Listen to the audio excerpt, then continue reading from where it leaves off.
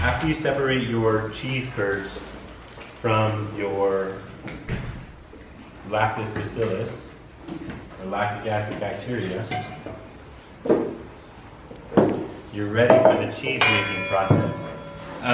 One of the first things to do that's super helpful is to strain it, or press it. Cheese presses are super expensive and kind of elaborate. You can make your own out of like a 1 gallon jug. You could have 2 1-gallon jugs. So what I did is I had two, I've made it out of 1 gallon jug before, but I had 2 trays just like this one. One of them, I very carefully with a razor knife cut the bottom off. Okay? And then the other one, I drilled holes in. And so what I can do now with my cheese curd in my strainer is I can stick it in here, lay this on top of it, put a weight on it, and press my curds to get the remaining juice out. Is that cool? Alright, so that's what we're going to do right now. I need a volunteer to go in the bathroom or wherever and fill that up. They make a mess on these tables.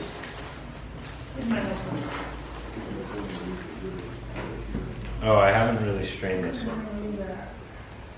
So you can do an initial pressing by just kind of squeezing it. Yeah. Maybe I'll do this one after. These are already kind of pressed. They've kind of dried out in there. And so I'm going to stick these in there, half one side, half the other. When I shipped this little container over from Hawaii, it kind of got a crack in it, so I'm hoping that's not going to affect its functionality. Alright, so now I've got my cheese in there, in its strainer, in its mesh bag, and I'm able to put this right on top. And then what I can do is I can throw a weight on top, and I can create a lasting pressure that'll just sit on there, and slowly all my juices will come out. So let me get, we'll do this as our piston pressure, and then we'll get You want a towel for that or something? a towel. Catch the bread. Oh no, we'll just wipe it up. I think I'd rather have my plastic jug up top there, just in case it doesn't fall up. Can't quite get it half full, whatever. That's fine. You got it. Pretty good. Oh, crap. We don't want that. We'll go with this one. So something square might be better, but you can see already coming out the bottom, I have a lot of the kind of remaining juice. Perfect. Stand up there and watch if you can't see. So this is just going to passively press out. And so you could leave that overnight, but we don't really need to for the first step. The first step, we just need to get most of the juice out. And then what we do, thanks to Maureen for sharing her lunch heater upper. I didn't ask her. Then what we do is we turn on our hot plate. And so what we're going to do is we're going to heat this at low temperature. Well, it's just to start it kind of melting, basically.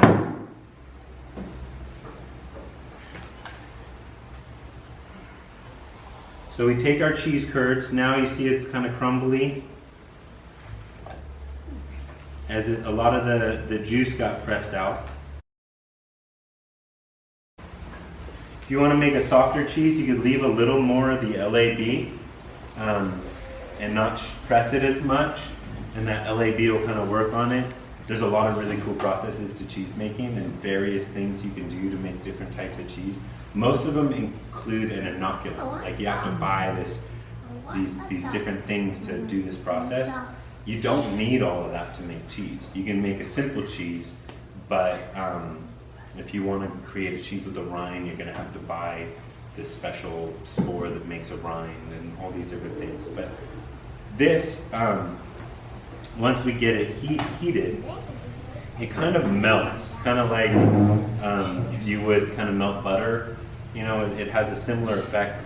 It gets really kind of liquid. And then, as we melt that, we're going to salt it. And you can be somewhat generous with the salt, but you have to kind of salt to taste. So you can get a clean spoon, salt it, and then taste. And that's your best bet for determining how much salt, because it's kind of a, but you want it salty. You don't want it like barely any salt. So after we heat and salt this, get it to the salt, we're going to put it back in our bags and we're going to press that. And really, because now that it's gotten kind of syrupy, it's going to press a lot easier. A lot of the pockets that the liquid's sitting in aren't going to be there. So we'll press out the remaining liquid as we kind of want to make a,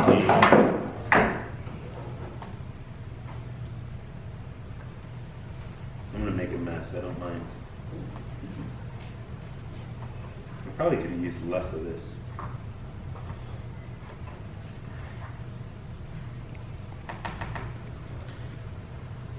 We'll press out the main liquid, and then what we'll do, we'll clean out this pot here, and we'll add some wax. You don't have to do this step.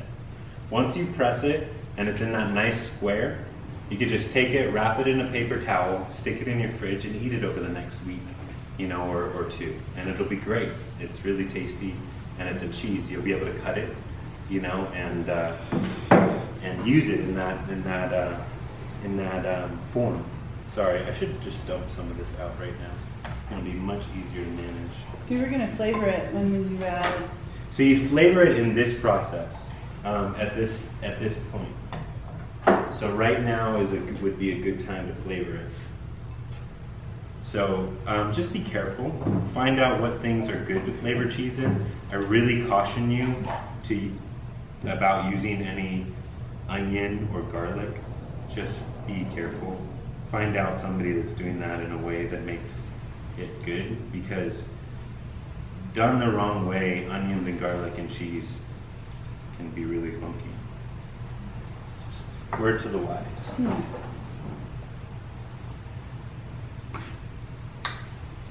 All right, keep going here. That's better. Don't want to burn the stuff on the bottom. So we heat it, and all these curds slowly are going to process into something far more smooth. And that's kind of this whole thing, is to take a cheese curd and process it into a much, oh wow, might not be the best ladle here either. Well, you're getting the basics. It smooths out the cheese curds. Instead of these crumbles, kind of like a cottage cheese, we'll get much more of kind of a liquidy, like a melted butter. So as soon as it starts to kind of get liquid,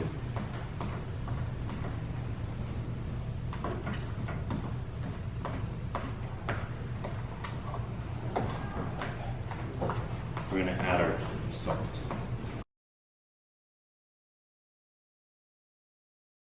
Pour off, I can pour off a lot of liquid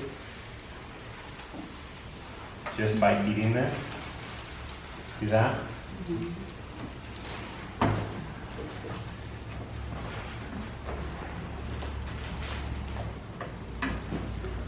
And so if I wanted, I could stop kind of at this point and add cheese, and I'd have kind of a crumbly cheese after I pressed it and it was salted. And then kind of as you went to eat it, it would kind of crumble off like a block of feta or something. And then if we heat up and melt the wax, we'll be able to wax it, and then you could store it non-refrigerated, and it would keep for years. You could have a 10-year-old farm cheese, or whatever you want to call this. And it's only going to probably get better with age if you do this process properly.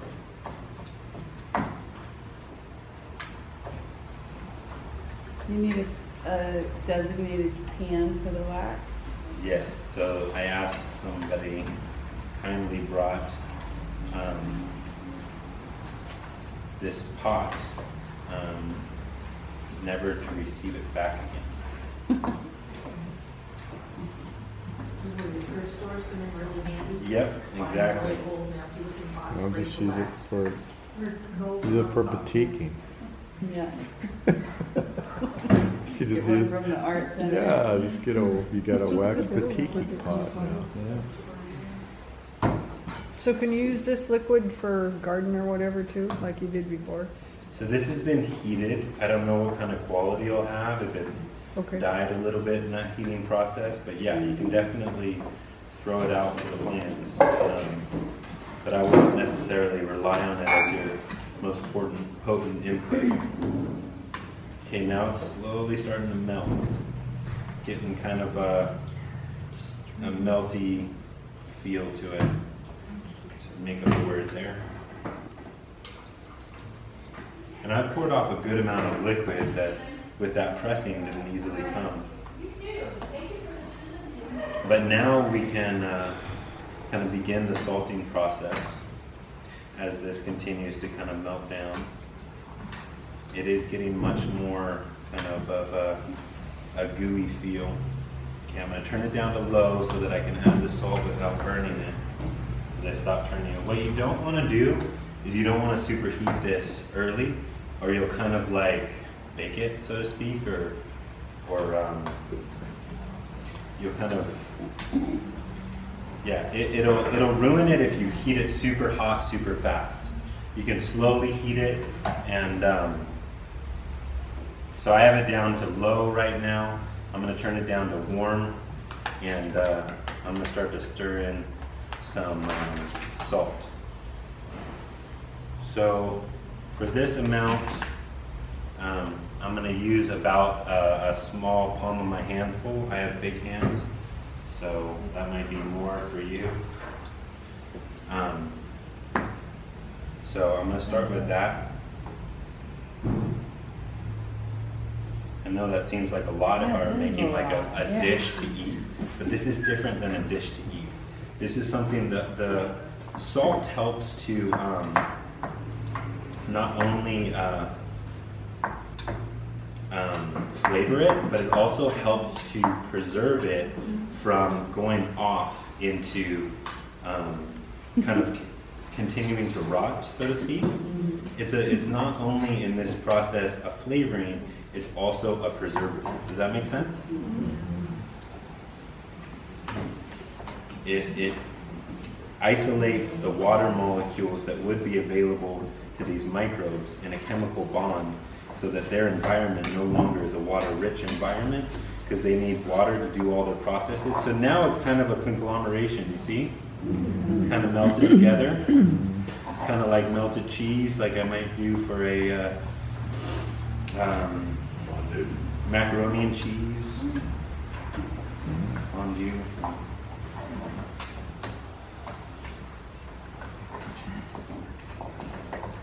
They color it. Does the quality of rice matter? Yeah. The rice water? Usually I bought the cheapest rice, but it could, yeah.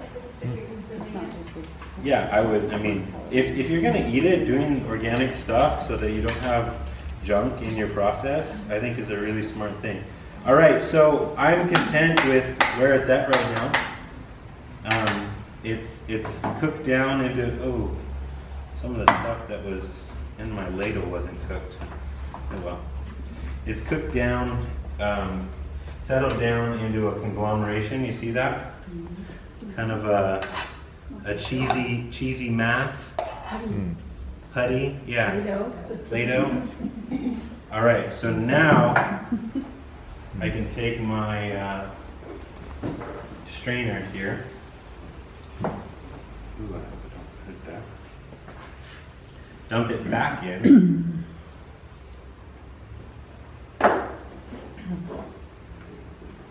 Can you move that jug of water? Yes. Thank you. Sir.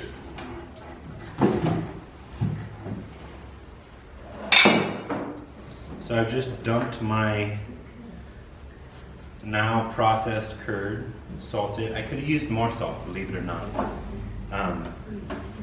I dumped my now processed curd back in. I'm gonna cover it with my thing. If I were not trying to do this kind of quickly so you weren't waiting for me, I might rinse things before I reuse them, just to, between you and me.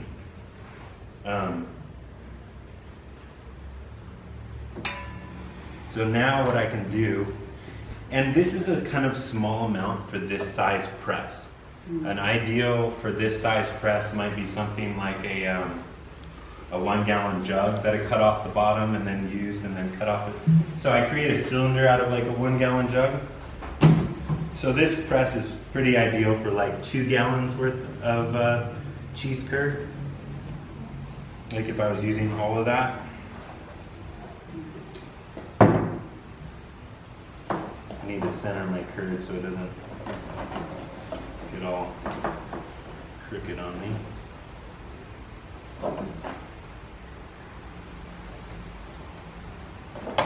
So now I need to rinse my pot if we're going to melt some cheese. Does anybody want to do that for me? I'll start cleaning up here. All right, so now my nice processed cheese is getting the last of its moisture pushed out. It's going to be a really strange shape because it's not getting all the way to the edges. So for waxing, it's not going to look as cool. I had different presses I used that were made a nice block, you know, perfectly square, or a nice block perfectly round. And then when you wax it, it really looks like something straight out of a, you know, French movie or something. Straight out of Julia Child's, show. I like Julia Child's.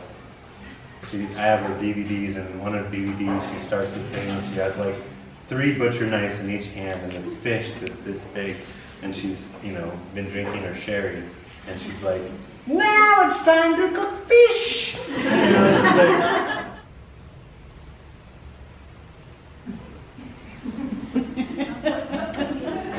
pretty good. And then he dies. No. You guys want to taste? Should we just, I'll do half of this. I'll wax half of this so you can see the process. So this is from New England Cheesemaking. It's just cheesemaking.com, sorry. Cheesemaking.com. But make sure you find New England somewhere in there so you know you're at the right site. But this is reusable. This is called, it's called cheese wax, but it has another name. I think parafilm wax or something. It's not on here. Anyways, it's reusable. So say I wax my cheese, and then in 5 years I want to eat my cheese, or in a month, I peel off, you know, my wax slowly as I eat it, and then when I'm done eating my cheese, I just put my wax, I rinse it off, put it back in my wax bucket, remelt it, and I can use it again. So this is something once you buy, you're not buying all the time. Yeah, it's super cool. Yeah, but definitely decide that you never get to use that pot for anything again other than waxing, because there's no easy way to get the wax out once you make wax in a pot. I mean, it is possible, it's just going to be a chore that if you just get one from the thrift store, or a friend has an old one.